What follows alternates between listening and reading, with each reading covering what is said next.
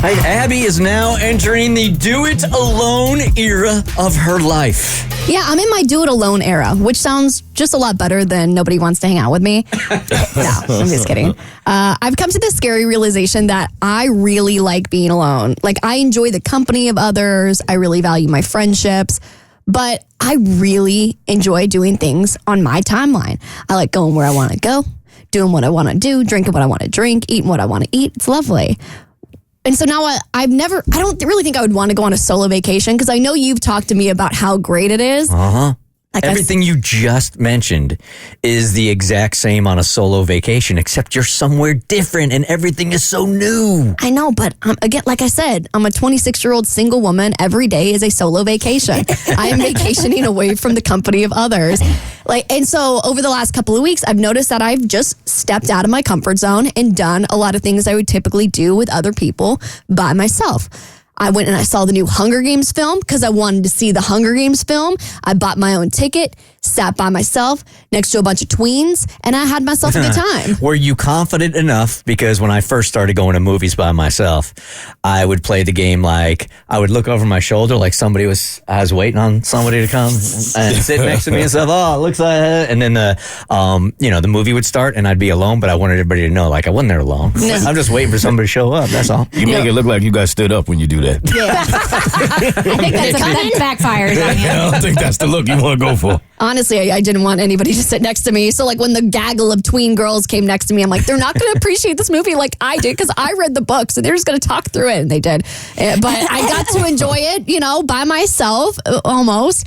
I went to a bar that I really wanted to go to. I've never been to this bar because it's not the typical vibe where if I was going to go out with friends, I would want to go. It's very low key. It has like a dark academia vibe. It's not the kind of place you would take the girlies. I have found if I go to a bar by myself and I sit at the bar, at least traveling mostly, that people notice you're alone and they want to come up and they want to start creating conversation, which was a problem in Brazil because they don't speak English. Because I wanted to talk to people at the end of the night and couldn't. But I think that almost gravitates people towards you. I don't know why, but of all of the places that I go by myself, I never feel uncomfortable going anywhere except the bar. That's just really? the one place that I still, to this day, cannot go by myself. Really? Huh. I love it. Yeah. Like, it's like going out and eating alone, either sitting at a table and eating alone or sitting at a bar and eating alone. I did it just a couple weeks ago. Just sat at the bar, got a glass of wine, a nice steak salad. And it was glorious. I'm with you. I love it, man. Oh, it was glorious. It was great, but I will say I did have a little bit of anxiety because I think I looked like I was waiting for somebody and the waiter and the bartender kept coming up to me and being like, are you waiting on someone? Do you need the second menu? I'm like, no, nobody is coming.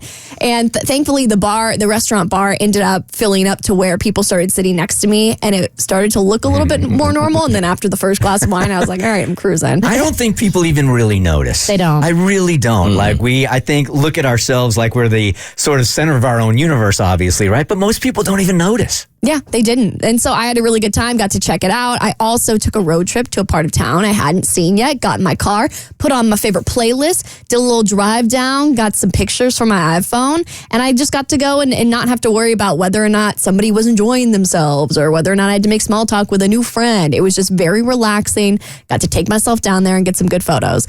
And I think one of the reasons this exercise was good for me is I was revisiting an episode I had done on my podcast with a therapist where I had been asking her about something completely unrelated about like self-confidence and self-worth, because that's a topic that really comes up when people are going through breakups where they're like, I stayed in this relationship because my self-worth was so bad. So I asked her, I'm like, how do you build self-confidence and self-worth? And she said, well, that's very complicated, but an exercise you could do today if you wanted to turn off the podcast and work on it is to go spend a day by yourself and just admire how you see the world through your own eyes. So to me, I'm like, this was a really great exercise in working on becoming less desperate and and just enjoying my own company and really appreciating the way that I see the world, but without having to rely on somebody else to enrich it. Now, the next step, I think, if you really want to push this, is don't do a solo vacation, but do a solo weekend. A solo weekend, okay. Maybe even a long weekend, but just go somewhere by yourself for a weekend. I think you will absolutely love it. Yeah. Yeah, I agree with you. You're like weaning yourself into something more ambitious, but just go somewhere or just a night even. Yeah. I think you're right. So I'm worried now that I'm going to enjoy being alone so much that the thought of bringing anybody into it is like, no, I actually really love these solo vacations. I don't need you. That's where it leads to. Trust me. That's exactly where you're going. The Bert Show.